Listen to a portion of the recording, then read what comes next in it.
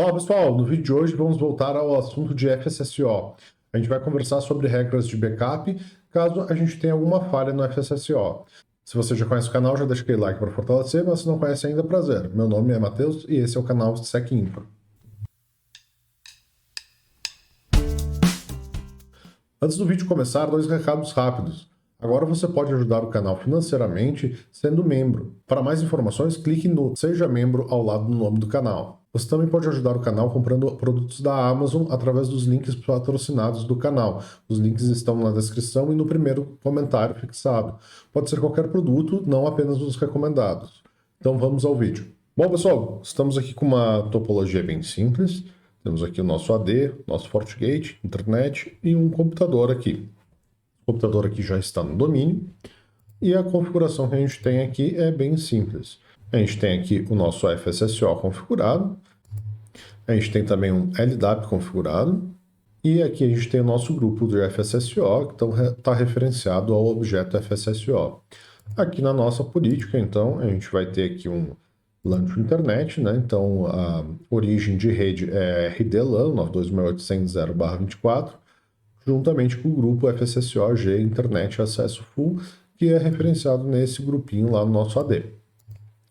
Está funcionando bem. Aqui, se a gente vier aqui em Fire User Monitor, vai ver o meu usuário Matheus, conectado com o IP 92.168.100.2, está trafegando aqui normalmente, né?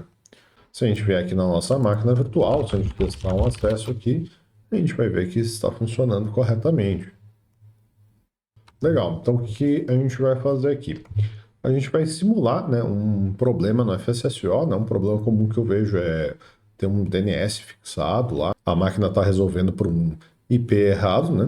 Então para fazer isso eu vou vir aqui no meu AD, vim aqui em Administrative Tools, DNS, e aqui na Forward Lookup Zone eu vou pegar esse carinha aqui, vou excluir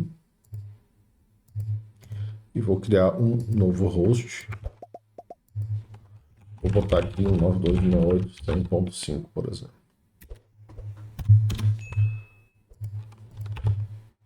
Então esse cara aqui vai ser do tipo estático, né? Se a gente pingar o ping IPC01, ele vai ir para 92.168.100.5. O nosso FSSO, vamos ver como a gente está configurado. Ele está configurado para cada 60 segundos verificar se houve troca de IP. Então, provavelmente daqui a alguns minutos, o nosso FSSO deve detectar como IP novo 92.168.100.5. Então, exatamente passado um minuto, né, o nosso IP mudou aqui para o 92.168.100.5.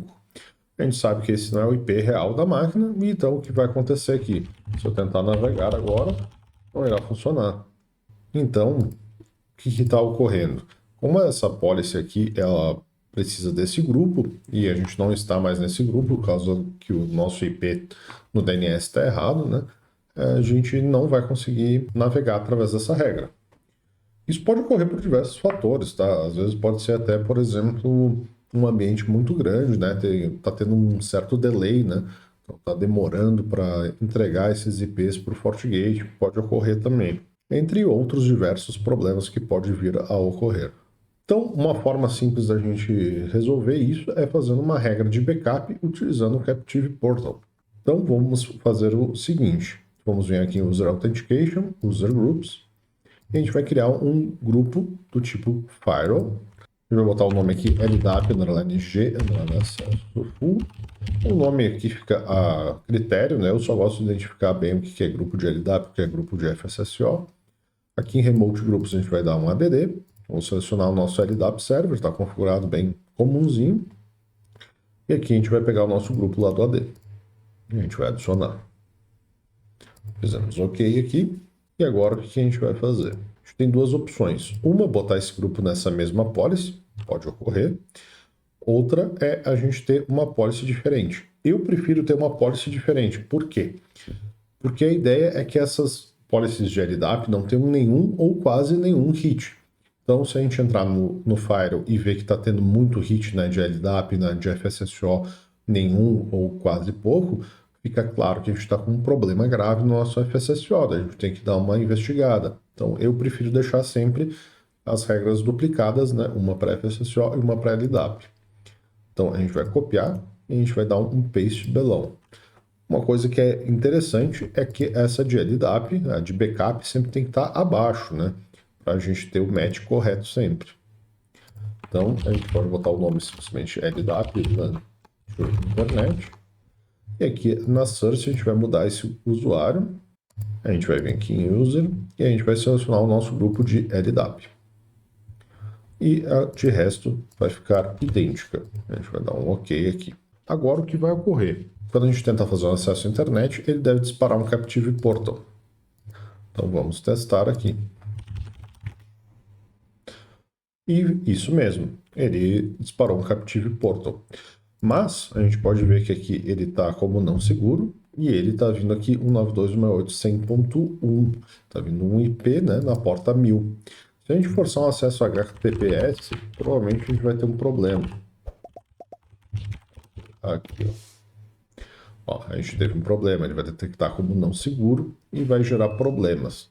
Então, para isso, a gente tem também um jeito de resolver isso. Eu vou ensinar um dos jeitos de resolver, tá? Quando a gente tem uma interface simples aqui, a gente só tem uma interface que vai usar isso, ou a gente tem um DNS server para cada interface. Em outros vídeos eu vou demonstrar um jeito mais global da gente fazer isso, né? Quando a gente tem várias interfaces usando Captive Portal no mesmo firewall, e também outras formas que a gente pode fazer isso. Hoje eu vou demonstrar uma forma simples, tá? Então, a primeira coisa que a gente deve ter é um certificado. Aqui no caso tem um certificado wildcard. Wildcard significa que qualquer coisa que eu botar no lugar desse asterisco, esse certificado vai validar. Então eu posso ter, por exemplo, captiveportal.secinfra.br. A gente tem que informar qual que vai ser essa URL que a gente vai querer. A gente vai vir aqui no CLI, config firewall out portal, e a gente vai dar um set portal addr, e aqui a gente pode escrever o FQDN. A gente tem essa opção ou a gente pode ir direto no User Authentication. Eu sempre utilizei essa opção e eu prefiro usar ela. Tá? Vou botar aqui captiveportal.secinfra.br e vou dar um End. Agora a gente só vai botar o nosso amigo certificado. Então vamos vir aqui em User Authentication, Authentication Settings. Aqui a gente vai deixar marcado HTTP Redirect. E o certificado, a gente vai marcar o nosso certificado wildcard. Aqui em protocolo suporte, a gente vai deixar os 4 habilitados. Por que é esse protocolo suporte? É quais protocolos que vão dar um trigger no Captive Portal. Então a gente vai deixar todos esses protocolos. A gente vai dar um apply aqui. E agora, por último, a gente tem que falar que o captiveportal.secinfra.br é o IP da minha interface. Né? Então, como nessa interface LAN aqui, eu estou utilizando o DNS, o meu servidor de AD, eu vou criar essa entrada lá no meu servidor DNS. Então, vamos vir aqui, nosso servidor AD, opa, então não, ok. Nosso servidor AD aqui é DNS, né? Então, vamos clicar no botão direito aqui, eu vou criar uma nova zona. Como eu só quero utilizar essa Captive Portal, eu vou criar aqui uma nova zona Captive Portal. Não estou criando as melhores práticas de AD aqui, nem nada, tá? Só estou demonstrando uma forma. Next. Aqui eu estou deixando tudo padrãozinho mesmo. E aqui a gente vai vir um new host. A gente vai deixar em branco para ele usar o Captive Portal mesmo. E aqui no IP, a gente tem que botar o IP da interface, que é 192.168.100.1. A gente vai vir aqui, 192.168.100.1. Vai dar o add host. Vamos dar um done. Beleza. Então agora a primeira coisa que a gente vai fazer aqui no nosso computador, vamos ver se ele está resolvendo certinho.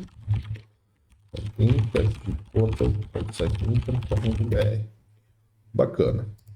Então a gente vai fechar aqui. Geralmente ele já vai dar esse trigger do Captive Portal automaticamente, né? Mas se alguém tentar acessar alguma coisa aqui, ele já deve dar o trigger automaticamente. Então vamos tentar o wall.br. E aqui a gente pode ver que ele continua dando como não seguro, né? Então por que que isso está ocorrendo? Essa minha máquina aqui provavelmente deve estar meio desatualizada e ela não tem o root CA nem o intermediate CA nela. Então, para a gente evitar esses problemas, o que a gente vai fazer? A a gente vai instalar esse root CA e esse intermediate CA. Então, o que eu vou fazer? Eu tenho meu certificado aqui na minha máquina, eu vou abrir ele. Aqui no meu certificado, a gente vai poder ver aqui que a gente vai ter o caminho de certificação. A gente tem dois jeitos, então, de fazer isso. Se a pessoa que gerou esse certificado, te informou esse certificado, lhe deu o certificado intermediário e o certificado root, a gente só importa no nosso FortiGate. Mas se ela não te deu, pode vir aqui, abrir o certificado, vir aqui no E5, por exemplo, exibir o certificado, e a gente dá aqui em detalhes copiar para o arquivo. Então a gente vai exportar esse certificado no formato ser mesmo.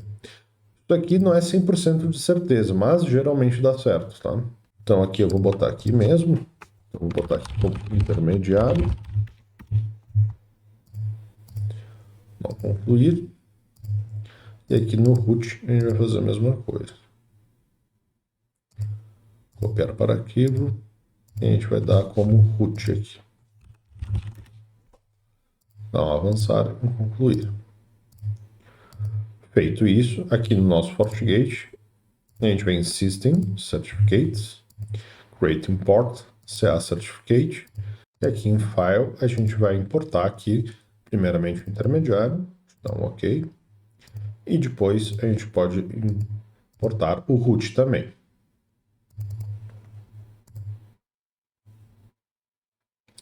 Então, geralmente o root já vai dar esse erro aqui, né? Porque o certificado já existe no FortiGate, né? Ele só não aparece aqui pra gente. Pode só ignorar ali, mas eu sempre gosto de tentar importar de qualquer maneira. Então, agora para a gente garantir que vai funcionar, a gente vai vir aqui no CLI, vai dar esse comando aqui, fnsysctl kill all alt-d. Então a gente vai matar aqui, né, o processo de autenticação, ele vai forçar o reinício para ele entregar o certificado correto. Aqui na máquina também, se tiver com o navegador aberto ainda, é bom fechar. Então vamos testar aqui. Google.br. A gente vê que ele abriu o Captive Portal. Se a gente vier aqui, o certificado está como conexão segura, né? Está como válido, que nossa cadeia aqui completa, né? Com o intermediário e com o root. Então aqui, agora, basicamente, eu vou logar Matheus e minha senha. E beleza, agora foi para o site que eu quis. Então, se a gente vier qualquer outro site agora, né? Por exemplo, vai funcionar corretamente. E aqui no nosso Fire, se a gente vier aqui em Dashboard, para o User Monitor, a gente vai ver aqui que a gente vai ter um log aqui do Matheus, no 192.168.100.2, né, com LDAP G acesso full. E se a gente vier aqui na nossa Policy Objects, a gente vai ver aqui que o LDAP Launch Internet já teve alguns bytes aqui, né? Então, se a gente der até um clear counter aqui, a gente só der um atualizar aqui em alguma coisa, vocês já vão ver aqui que vai subir aqui nossos clear counter novamente. E aparentemente esse site do Terra é meio pesado, porque carregou bastante coisa. Se a gente vir aqui em Show Matching Logs, a gente vai ver que vai aparecer corretamente aqui, né, o nosso nome de usuário aqui, mesmo a gente não estando com FSSO. Bom, pessoal, espero que vocês tenham gostado do conteúdo. Esse vídeo aqui foi um pedido dos membros. A gente tem uma enquete mensal para decidir pelo menos um assunto de vídeo aqui do nosso canal. E desse mês aqui foi as regras de backup para FSSO, solicitado pelo Thiago Marques. Então, muito obrigado ao Thiago Marques e a todos os outros membros por estarem apoiando o nosso canal. Então, se você gostou do vídeo, lembre-se de curtir e compartilhar com seus amigos e colegas. E até a próxima, pessoal. Valeu!